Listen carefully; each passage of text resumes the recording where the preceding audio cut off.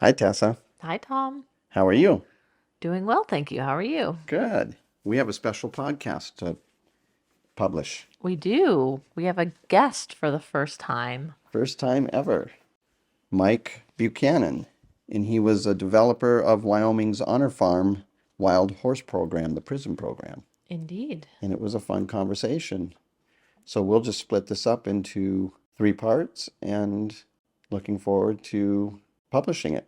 Yes, I'm excited for everybody to hear his story. It's really quite fascinating. Yes, we had a good time. We did. All right, here it is. Hi, Mike. We're going to have a nice little chat here. And yeah, Mike Buchanan. And you came to one of our seminars, and I knew right away from your first question that you were a knowledgeable horse person, and I wanted to talk to you more. So Uh-huh. Tessa and I rounded you up and said, would you be our first guest on our new podcast? And so we're happy to have you here. So thank you for joining us. It's a pleasure to be here. So what we want to know is, how did you get started? Where did your journey start, and how did it bring you where you are today? Well, it's a journey that I cowboyed most of my life, Okay. and I've always I just loved to cowboy. Was that in Wyoming? In Wyoming, Colorado, both. Okay. And then we journeyed into California and New Mexico with cattle with different companies and things. And that was always my goal, is to be a cowboy. And As a kid, even? as a kid. Yeah. And it was a challenge and a curiosity thing, like ride better, look at things better. Why does this cow look at me, and where is it going, and can I make it be where I want to be? Mm. And so that was kind of my story history as I growed up. And I was very fortunate. After I left home, we ranched, and my folks had a ranch, and I came into a guest ranch, a dude ranch, and before I was married, and that was an eye opener for me. They run around 2,000 yearlings plus the guests. Wow. And in the summertime, then they cuddles it down in the winter, and then in the fall we guided hunters, elk and deer and bear. So I guided hunters with them in the fall. But I think what really was all that, we come from a small town, a small community, so we never got out in the public much, just, in those days. Yeah. So when I went to work for this guest ranch, it was an eye-opener for me to meet so many people that was all over the world that come in to ride horses. And the questions they'd ask me, like, what's my horse's name? Where are we going? What's the name of this mountain? What's these flowers' name? And I wrote all that kind without thinking anything about what's the name of this flower. And I'm like, what? Everybody should know this flower, and everybody should know this mountain. Yeah. Why do I repeat myself over and over for each guest? But anyway, it was really interesting for me.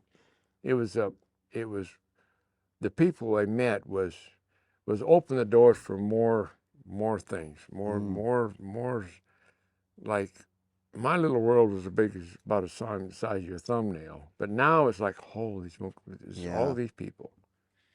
And at that time, I never realized so much that they admired or structured a cowboy.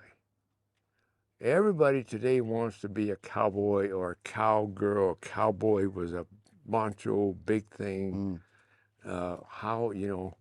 So they kind of put me on a pedestal, like, oh, here comes Mike the cowboy, he's going to show us all, And it was like, what am I going to show you? It's just like everyday life for me. Yeah, right. Yep. It's not a novelty to you. Yeah, this is your life. Yeah. And so it was quite of experience from that point on. And then Did you take to the people as quickly as you took to the animals? Pretty much so, Yeah. because I was curious about it. Yeah. I'd asked some of these people, got to kind of know them, and they were really good people, Uh-huh. and ask them, well, where do you come from? What do you do? And a lot of them, like, oh, they had this and they had that, and one of them was a pilot, and he flew all over. And I thought, man, that'd be something, Yeah. So it was a really an eye opener for the world to come together for Yeah. one little spot. Yeah. And for me to be a minor little spot in the cowboy was just about this big. Yeah. Yeah. But But they what were I, bringing the world to you. yeah, and what I didn't realize of all the cowboy thing I did, and all the places I've been and seen, and I took a lot of it for granted. Mm. And most people today can't believe some of the stories that ever happened and seen in my lifetime over that. And I didn't realize the treasure world I had of being the things and seeing the things.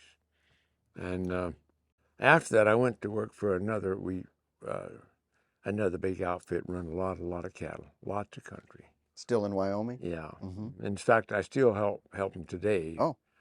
I worked for their dad, and he'd passed away, so now I help on the ranch, the same ranch I cowboyed on for 7 or 8 years. And his grandson's taken over the business on Okay. the cow end of it. They run sheep and cattle both. Huge amount of country. Mm. Thousands and thousands of acres. Small. Just last summer we helped on the forest permit. Karen and I, they wanted to keep the cattle on the permits that they're supposed to be.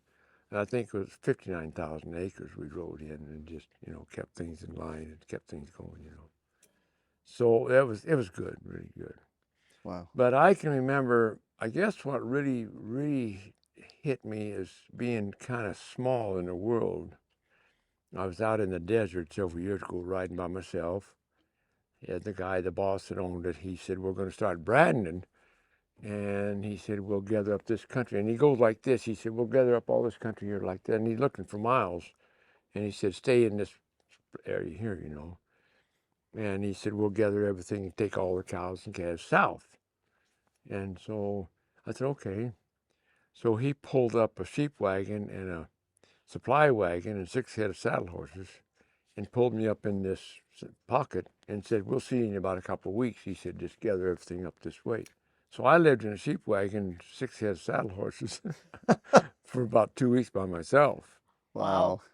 And it was amazing for the look at that amount of country.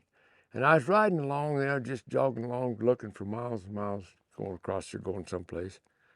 And I don't think I've ever felt so small. I felt about this big around and looking at all this country. Mm. And things was just as quiet and quiet. You could hear a pin drop. No Wow. wind, nice day. And here I am sitting out here in millions of acres, and me out in the middle of this thing is about like this. Yeah. It wasn't such a fear. It felt small, little, compared to what you're looking at. Yeah. Perspective. Yeah, yeah. Yeah. Wow. And so I think that was kind of the humble part for me. Yeah. For that part, that I'm not as big a cowboy as I thought I was. Yeah. When you look at Yeah. the big picture. Yeah. Wow. So the experience of that was a great experience with thousands of acres and lots of cattle. And anyway, I can remember about a week went by or so, and I jogged back to camp, a wagon, and I got over there just about dark. And I got over there, and the wagon was gone, the horses was gone, and tied in the sagebrush was a cardboard box. And on the box, he said, I moved your wagon. It's west of here on the middle point. There's three little ridges, mountains.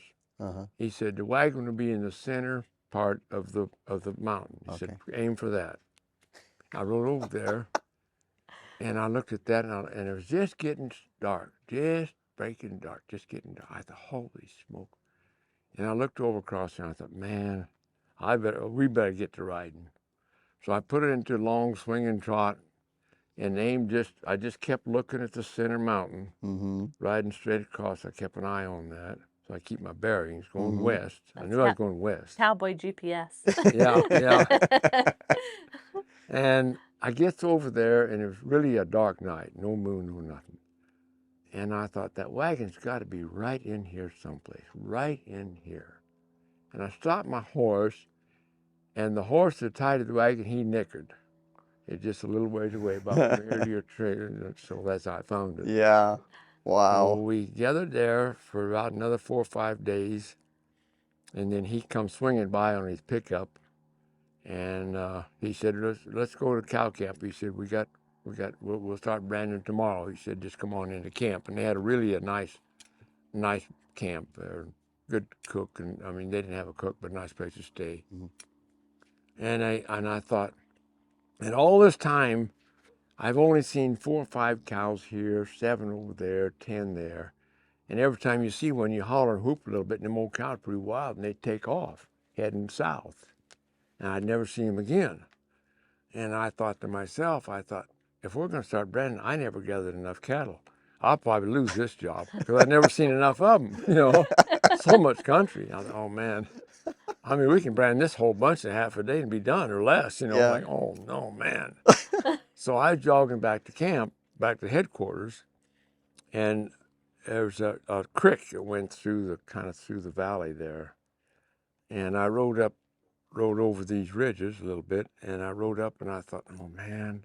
I rode up over this ridge, and in this valley, there's grass about this high, and the whole valley was filled with cattle. Just cows and calves laying all over. It must have been 1,000 head in there. And it was the prettiest sight I'd ever seen. Nice. Wow. So from there, we started branding, and we branded for about 2 weeks there and turned out for the summer. Nice. And then we headed for the summer country, which was, they run yearlings too. Oh. They kept the cows and calves there, and then they run 2,000 or 3,000 steers in the summer. They bring them in the spring and then put them on grass there until April or so, and then the grass get dry, so then they truck them all up and head for the mountains with them. So we headed for the mountains for there and out of that bunch. And there's 2 big outfits that went together, 2 ranchers that went together one summer. They joined together and said, we'll run the whole country. We'll run the yearlings. And they did. And that fall, we started punching them together, and we started gathering up. They had the trucks lined out and everything for the schedules, everything. And I think the biggest bunch of yearlings I've ever handled, it wasn't by myself, but I was with them in the lead, around 3,000 at one time. And it's the prettiest sight. You see them steers coming off the mountain, dust flying. You look back for miles, you see a line of cattle for miles back, just going down through the country in the trail coming out. And I was in the lead, and we counted them through the gate to hold them up to go to shipping. And I'd always take my rope out and untie about 4 or 5 straps like that, rope, and start counting. And every 100, I'd tie a knot in my rope. And after we get done, I could count the knots and figure out how many cattle we had. So that was something I learned over the years, because you know, you go to counting and get to 100, 200, like, you know, or Yeah. I don't know if I had 100 or 30. So I'd tie. Gotta start over. Yeah, yeah.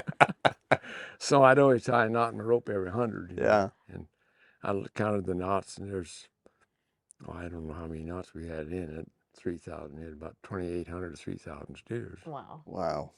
So then that fall, we started shipping, and we shipped out every other day. We shipped 19 to 28 loads every other day for 30 days straight. Wow. And the cowman that owned the cattle, we didn't know him, we just leased him out on grass. He was there, the buyer was the man that owned the cattle, nice young guy. I was running the scales, and we was kind of waiting for some more cattle to come up. And I asked him, I said, how many cattle did you send us? He said, I don't really know, but he said 10,000 was the last I could count for. So we didn't know how many steers, around 10,000. Wow. Wow. So that was a quite experience. Wow. Yeah. And that What age were you at that point? I was in 25. 25, 28, Okay. 25 in there, right in my prime, ride for miles. Just loved it, just loved it. And how did that bring you to was it a prison program that you ended up doing? Like, how did what tied that together? Was that? Well, after that kind of went down in the 80s, the oil boom dropped out of everybody and everything. And so they laid us off, we can't make this. So I knew a fella in Rawlins, Wyoming that had some horses in an arena, indoor arena, and he leased the barn out, and he was riding horses in there. So I went and seen him, and he said, "Yeah." He said, "You can. Yeah, there's lots of horses around." He said, We can get together." So I went there, and I put my shingle out, colt starting, and everybody had lots of horses around then, Mm-hmm. and I started training and riding colts there in the arena with him, and eventually it just things got slower and slower, and the economic or money got worse. Mm-hmm. And I was kind of stumbling around there, kind of trying to make the ends meet. And a guard comes up that worked for the penitentiary. He kind of had horses. And he said, "Why don't you put your application in and go to work for the penitentiary?" And I said, "Really?"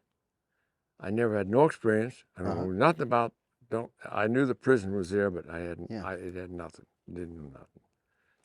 So he kept telling me, he said, "Yeah," he said, "I think you got a chance." I said, "Yeah," I said, blah, blah. So I put my application in.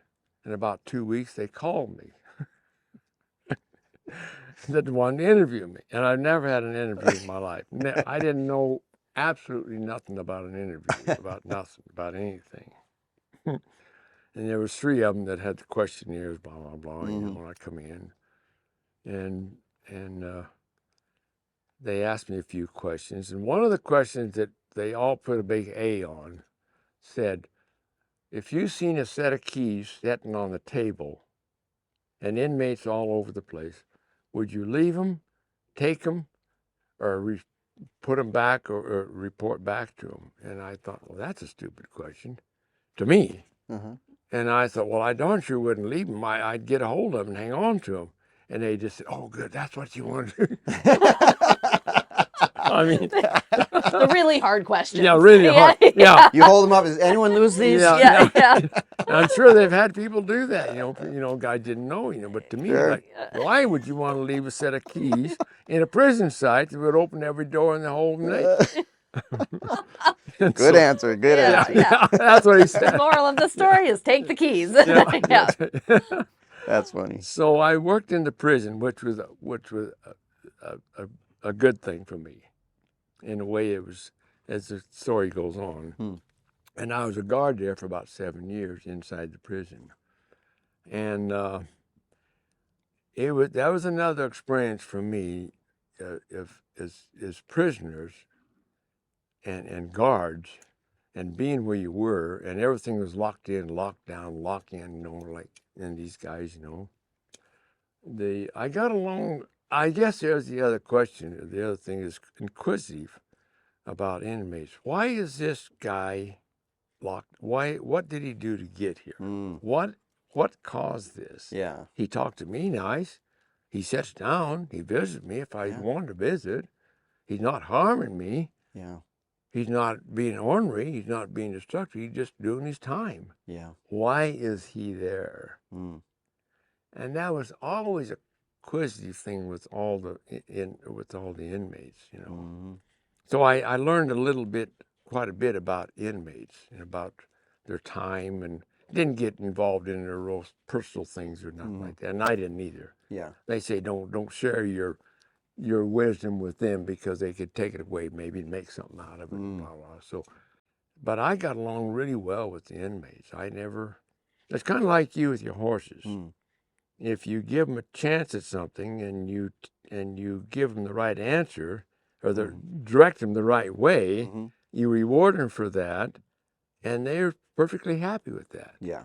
But if you would switch that around and force them over here, you got a battle on your hands. Mhm. And they would fight. They would be right now, and they knew how. Sure. They know how to do it. They know how to hurt you. Sure. There's no doubt Sure. in my mind. Yeah. So I was thinking about exactly what you were doing Mm-hmm. to get the results to what was happening, Mm-hmm. and you became more of a, not a teacher, more of a bond, and more.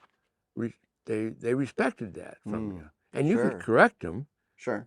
with a little bit of dissonance or a little bit of say, hey, you know, you can't butt in line here in the chow line. You know, you got your space here. Yeah. And you could do it with that. Yeah. With that whole, and that's what made me key what you were doing. I thought, man, you know, I think I've done the same thing you're doing, only with a human right in here. Did you feel like you were building a rapport with them? Kinda, Yeah. yeah. You It feel was- like they respected you? Oh yeah, Yeah. they respect me a lot. I mean, I got along good with them. Yeah. But of course, I was working in the medium, not in the max. The max unit was the top. Yeah. You know, I mean, they were harder core guys. But I did get a chance to go over in another unit. They had a breakout, and they beat this guy bad. So they called in our unit to help secure things. So I was in among the top criminals that Yeah. was bad. Yeah. But I didn't feel any difference. I didn't feel any difference in any change. I never changed nothing. Yeah. And they recognize that. Mm. The hardcore criminals recognize the between me and the little officer over here. Mm. The other officer over here with a badge on, with a stick in his hand, was, you don't mess with me. Yeah. I'm you know. I'm someone to fear. Right. And all that did is just upset those. They're like, yeah, right. Yeah. I can break your neck. Challenge in a heartbeat. accepted. Yeah. You know? But I never did. Yeah. I just never. It didn't bother me. Yeah. It was okay. You know. Yeah. So that was a good experience. So then I went there for 7 years, and there was an opening in the Wyoming Honor Farm in Riverton, Wyoming, which means that they're still in prison, but it's an honor to be there. Okay. And they had cattle, welders, all kinds of shops to do, carpenter shops, and all of them had to have a job. Okay. Yard crew, painters, hay. They had hay to put up, lots of hay. We run around 500 head of mother cows there. Oh, yeah. And so they could only hold, I think, around 200 inmates, you know. But all of them had to have jobs, cooks, whatever, everything. And one of the things that was there was a wild horse program for the BLM Wild Horse Program. And that was established in 1971 or 72. 71 is when the Wild Horse Anti-Act, when the government BLM took over, 1971. Okay. So at that time, I was in the 80s, so they've already had the BLM was collecting wild horses and adopting them and the whole thing. And in that time, the assistant warden at that time, he had a great vision, and he said, you know, look, we got inmates and there's horses. Why can't we establish a horse program for that? And they did. So they approved it. The BLM approved to have the wild horses at the Honor Farm. So he made nice, good pens. I mean, nice big alleys, good all pipe. I mean, good swinging gates. So that was all developed before I got there. So it was going on. The prison, the horse program was swinging, was going the way. Okay. So I went in as a guard just to transfer up to the prison to the Honor Farm. And there was an opening as being a guard, which I guarded in Rollins. So, they took me. There was an opening. Yeah. In the meanwhile, the guy that was running the wild horse program, he had a health issue. His eyes was going back, so they told him that they'd have to, you can't do this no more. Yeah.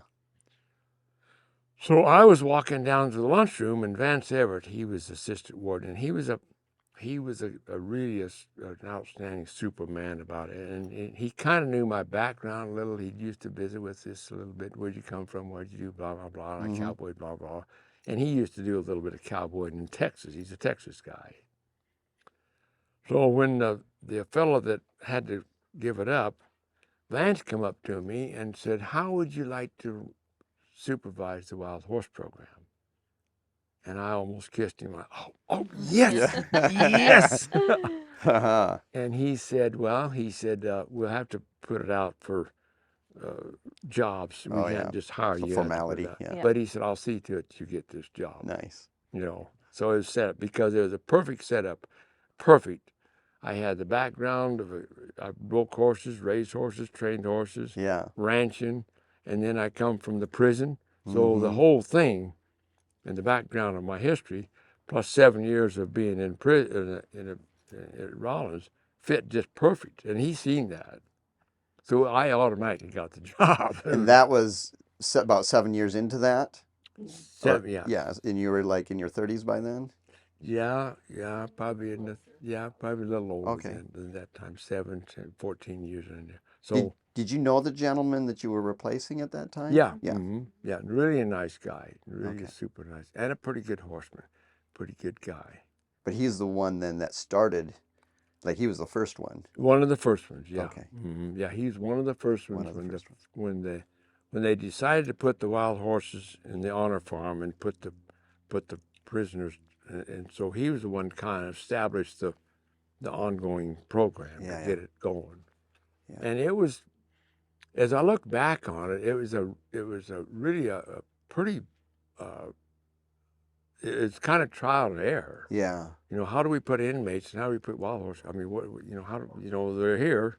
Was there another one that was established in another part of the country that was kind of modeled? That was pretty new. I mean, it was just all booming at that time. They started a couple, maybe I think one in Kansas, and it fell apart. One in Canyon City there. So it was all pretty new to all of it. All the prisons was just like all tried, and a lot of them failed. A lot of them did it. And now I know why. Now, at the time, I know why it failed. Okay. So then I lucked out. It was kind of like I asked the questions of the warden, and they were really a good warden. In those days, they were, good. Not by the policy you got to do blah blah blah. They kind of if you can do this, we'll get this, and it's okay, So Vance Everett was assistant warden, and I kind of went in and talked to him about, what do we do? How does this work? He said, well, it's your program. He said, you can set it up any way you want to, any way you think it's going to work for you. And that just opened the big door like, okay.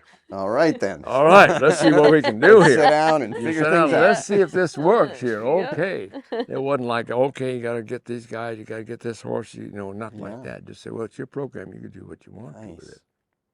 And that was the best thing that ever happened. Yeah. Best, because then when I went in there to start, and I knew a lot of these inmates from the prison that transferred up.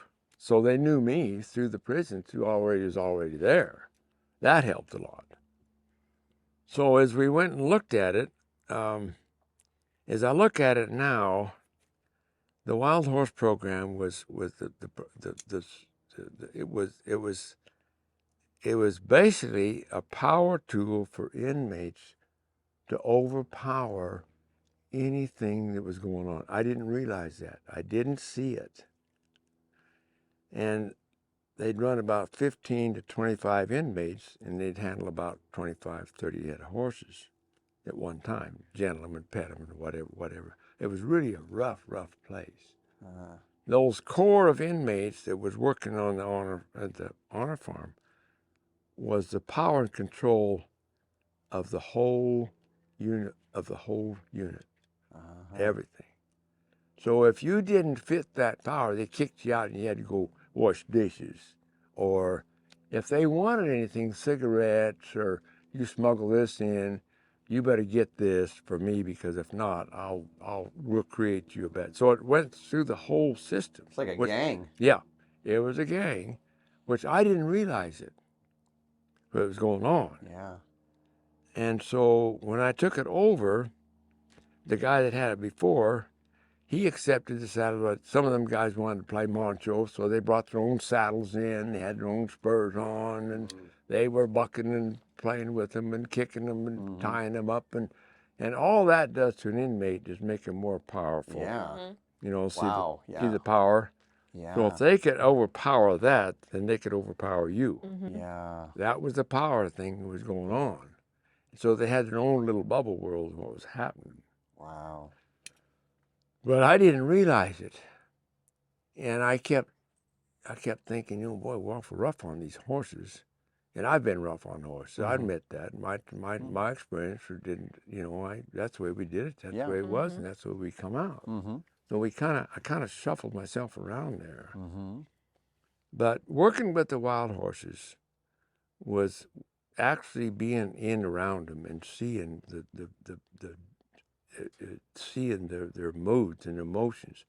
They were so intense and so keyed on anything around them. I mean, they could pick up anything just right now, and they would give you some kind of a back feel like, oh man, or oh yeah, gee, But the inmates, all they seen was horses, macho, and we'll get them. Something to control. Yeah, the conquer mentality. Conquer and Yep. conquer.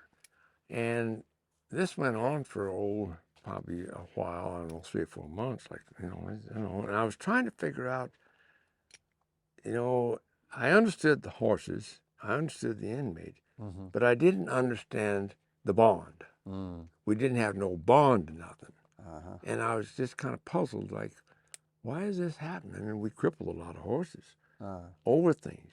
Yeah. And I knew we crippled them, but how could we get this softened down here, boys? Yeah. So that was the problem there.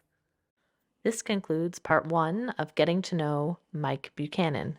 Please stay tuned for parts 2 and 3. Thanks for listening to Hoofbeats on Main Street podcast. If you would like to submit questions or short videos for review, our email is hoofbeatsonmainstreet@gmail.com. This podcast is a product of Care for Horses Foundation. You can find Care for Horses Foundation on Facebook and at careforhorsesfoundation.org.